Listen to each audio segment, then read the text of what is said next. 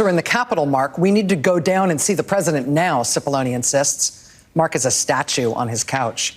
He doesn't want to do anything, Pat.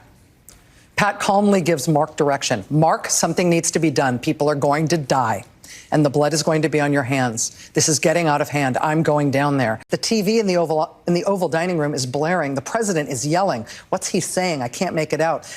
I hear him say, hang, repeatedly. Hang, hang. What's that about?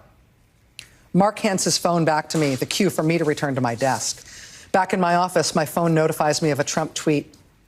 Mike Pence didn't have the courage to do what should have been done to protect our country and our Constitution. I overhear their conversation, and suddenly everything makes sense.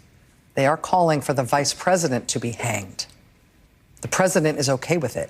He doesn't want to do anything. He doesn't think they're doing anything wrong. He thinks Mike is a traitor. This is crazy. We need to be doing something more. What's up, everybody? Major Retired Richard Ojeda here. And in the last 15 months, my eyes have been open to the danger that Donald Trump poses on people. Former Mark Meadows aide Cassidy Hutchinson joined Rachel Maddow to discuss her new book, Enough, which gives an insider's account into the events that transpired in the Trump White House on January the 6th.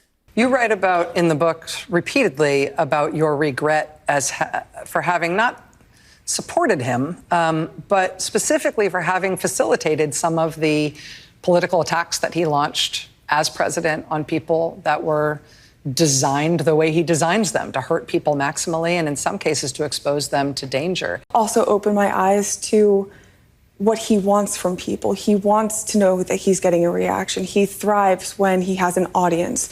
It could be a negative audience. It could be an audience that he likes. It could be his base. But what he needs is to hear people reacting to him. And that's when he knows in his mind that he has been successful to something. Maddow began the interview by reading an excerpt from the book talking about how Mark Meadows and other staff were dealing with the rioters. This was the moment that she realized that former President Donald Trump was okay with the rioters hanging Mike Pence. Hutchinson provided testimony on Trump's conduct and that of his senior aides and political allies before and during the attack on the Capitol on January 6, 2021. Hutchinson's testimony was considered to be bombshell. Following her initial testimony, she was not able to return to her apartment due to safety concerns. She wound up staying in Atlanta during the time to escape threats. A lot of the reason that people haven't heard from you or seen you out in the world in the last 15 months is, at least in part, because of concerns about your security.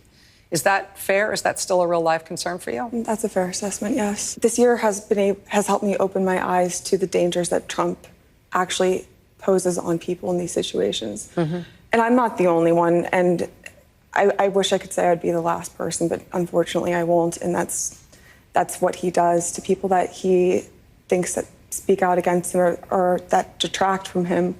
And it's one of the more dangerous things about Donald Trump, too. This is something we've seen time and time again, and it shouldn't have to be like this. Her book accuses former New York City Mayor Rudy Giuliani of groping her backstage during Trump's January 6th rally as well.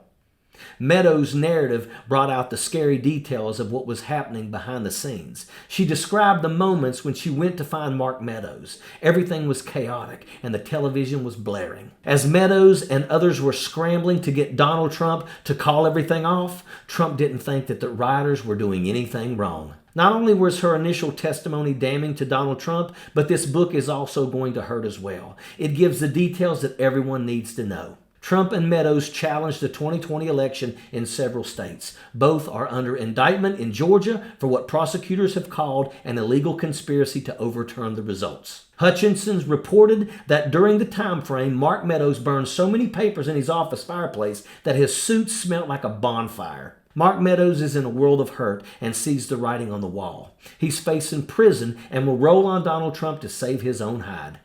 It is very important for all of these details to come out. For the last few years, all we've gotten were Rudy Giuliani's account of events and Tucker Carlson's whitewashing of the footage.